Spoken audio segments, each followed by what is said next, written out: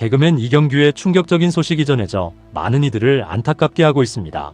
이경규는 최근 안과 검진을 받던 중 당장 시술을 해야 했을 정도로 매우 심각한 안질환이 발견됐는데 검사 결과 오른쪽 눈 망막에 큰 구멍을 발견하게 되었고 담당 의사는 구멍이 점점 커지면 망막박리라는 큰 병으로 진행한다. 망막박리는 실명하는 병이라며 이경규의 눈 망막에 있는 구멍의 크기가 시신경의 약 4배 정도였다. 굉장히 큰 크기였다. 망막박리 가능성이 상당히 높은 큰 열공이라 즉시 치료하지 않으면 실명하게 된다고 설명했습니다. 결국 이경규는 즉시 시술을 진행해 천만다행히 위기를 넘겼지만 심리적인 충격을 크게 받은 것으로 전해졌는데 이경규는 어쩌다 이렇게 실명위기까지 갔을 정도로 건강이 악화되게 된 것일까요?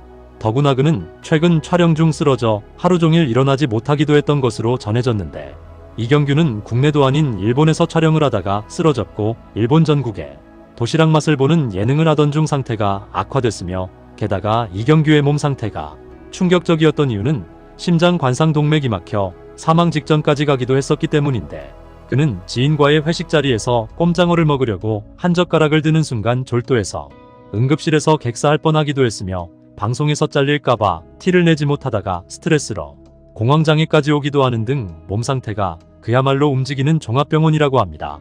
이경규는 대중의 선택을 받아야 하는 험난하다는 연예계에서 40년 이상을 살아남았지만 대신 방송 스트레스가 쌓여 참으로 많은 병을 얻었는데 사실 이경규가 데뷔 초반이었을 때만 해도 꽁트 코미디가 유행하던 시절이었기 때문에 토크에 능한 이경규에게는 맞지 않았고 더욱이 경상도 사투리가 있어서 코미디 연기를 제대로 소화하지 못했기 때문에 그는 중국인 분장이나 눈알 굴리기, 쿵후 등의 분장과 몸개그로 겨우 살아남아야 했습니다. 이경규는 나중에 힘겹게 몰래카메라와 이경규가 간다로 대박을 터뜨리기는 했지만 예능계의 극심한 경쟁은 그를 공황장애를 앓게까지 만들게 되는데요. 그는 공황장애로 약물 치료를 받고 있으며 심장병까지 앓고 있어서 건강이 상당히 우려되는 수준이라는데 그는 한 방송에서 관상동맥 수술 사실을 고백하면서 실핏줄 덕분에 겨우 목숨을 건졌다고 전해 놀라움을 안기기도 했습니다. 관상동맥은 심장의 근육에 혈류를 공급하는 동맥으로 문제가 생기면 심근경색의 원인이 되고 심장이 꽉 조여오는 고통이 느껴지다가 심하면 사망에 이를 수 있다고 하는데요. 이경규는 끔찍하게도 수술을 마취 없이 받았다고 하며 심장으로 이어진 관상동맥 하나가 막히자 힘이 쭉 빠졌고 녹화를 마치자마자 수면 마취 없이 수술을 받았다고 털어놓았습니다. 그는 당시 심정에 대해 침대에 누워 수술을 받으러 가는데 드라마처럼 눈 위로 천장이 지나갔고 기분이 정말 안 좋았다며 혈관을 타고 수액들이 들어오는데 관상동맥이 꽉 막혀 있어서 금속선으로 혈관을 뚫을 때 철사가 들어오는 걸 느꼈다며 당시 수술의 끔찍함을 설명했습니다.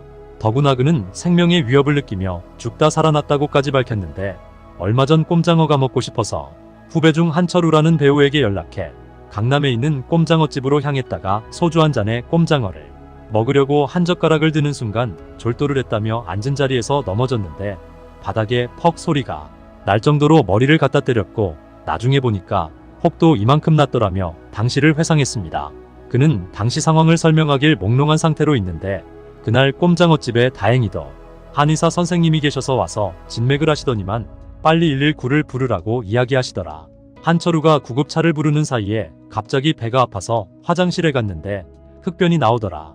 위에서 소화가 돼서 변이 나오는데 나는 위에서 엄청난 출혈을 한 바람에 흑변이 나왔다라고 설명했습니다. 그 후 골든타임에 도착한 앰뷸런스를 타고 병원으로 이송된 이경규는 혈압을 재는데 혈압이 40까지 떨어져 있었다고 하니 정말 큰일 날 뻔했던 것인데요.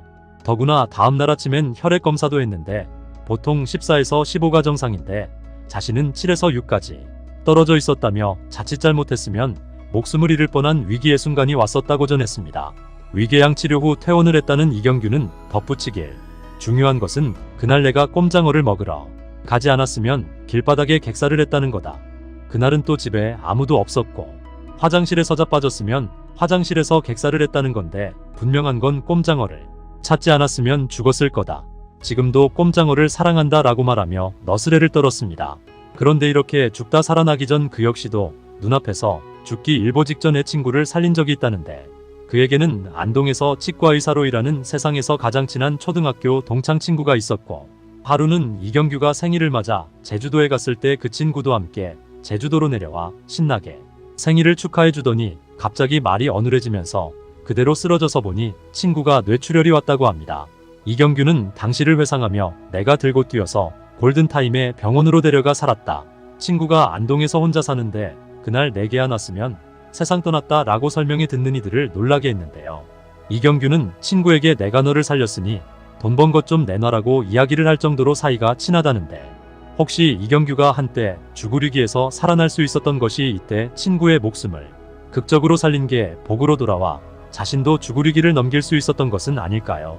사실 그가 방송에서는 버럭하는 모습 때문에 비호감의 이미지도 있지만 출연 섭외를 받으려면 인간적인 평판이 상당히 중요한 방송계 특성상 40년 넘게 자리를 지키고 있다는 건 그만큼 이경규가 웃기려고 버럭하는 컨셉으로 활동을 하고 있는 것이지, 실은 방송계에서는 상당히 좋은 평판을 가지고 있다고 하는데요. 더구나 그가 과거 모친상을 당했을 때에는 지인들에게 부고 사실을 전혀 알리지 않았다고 하는데, 빈소가 부산이라 너무 멀어 사람들에게 미안해서 그랬다고 하니 대부분의 사람들이 부모가 돌아가시면 빈소가 어디가 됐든 주변의 부고 소식을 무조건 알린다는 점을 생각하면 이경규는 보여지는 이미지와는 달리 생각이 참으로 깊은 사람이 아닌가 하는 생각이 들기도 하며, 발인 다음 날도 극도의 슬픔을 억누르고 담담히 예정된 예능 프로 녹화를 진행하기도 했다고 합니다. 더구나 이경규는 데뷔 40년이 넘은 예능계 대선배이기 때문에 뭔가 꼰대일 것 같은 이미지가 풍기지만 그는 사실 꼰대와는 거리가 매우 먼 사람일 뿐 아니라 오히려 꼰대 같은 사람들을 보면 매우 경멸한다고 하는데요. 이와 관련해 후배 이수근은 말하길, 얼마 전에 제가 감동받았던 일이 KBS 녹화장에 들어가려면 출입문을 안에서 누가 눌러줘야 자동문으로 열리거든요. 그래서 저희 후배들 중 막내 기수들이 줄을 서서 이렇게 열어주고 있는데 경규 형님이 그걸 딱 보시더니 잠깐 오라 그러면서 이게 뭐 하는 짓이냐고, 저기 지금 온 친구들도 프로고 힘들게 시험을 봐서 붙은 친구들인데 저 시간에 아이디어 회의를 하고 오히려 자기 개발의 시간을 줘야지 왜 굳이 고정관념을 깨지 못하고 선배들이 후배를 시켜서 그렇게 꼭 일을 시켜야 되냐라는 그런 얘기를 하시더라고요. 그때 한마디 하시고 나서 그 이후부터 그런 게 싹 사라졌습니다 라고 관련 일화를 설명했습니다. 더구나 이경규는 90년대에 전성기를 보내고 2000년대에 들어오면서 자신이 맡은 예능의 연이은 시청률 저하로 인해 깊은 침체기를 겪은 적도 있었는데요. 하지만 그 시기를 겪을 때 크게 연연하지는 않았다고 하는데, 그에 대해 말하길, 제가 위기설이 대두된 게 수년 전부터 기사화되기 시작했는데 저는 이런 생각을 했어요. 아니, 연예인이 무슨 위기가 있나요? 인기가 올라가면 내려가야죠. 후배들한테도 자리를 양보를 해야 되고, 인기는 아침창에 낀 성에와 같아서 해가 뜨면 없어져 버리고 있었는지 없었는지도 몰라요 라며 침체기를 겪을 때도 이 또한 지나간다는 마음으로 열심히 하다 보면 또 다른 기회가 찾아올 것이라는 신념을 갖고 꿋꿋이 노력을 했다고 합니다. 또한 그는 한 강연장에서 말하길 20kg의 배낭을 메고 18시간 동안 지리산을 걸어 올라갔어요. 저는 그 짐을 정말 버리고 싶었습니다. 그러나 산꼭대기에 올라서 그 짐을 열어보니 먹을 것들이 많이 들어 있었습니다. 여기서 여러분 굉장히 중요한 교훈이 있어요. 바로 함부로 인생의 무거운 짐을 내려놓아서는 안 된다는 사실입니다. 지금 제 어깨에는 큰 짐들이 많습니다.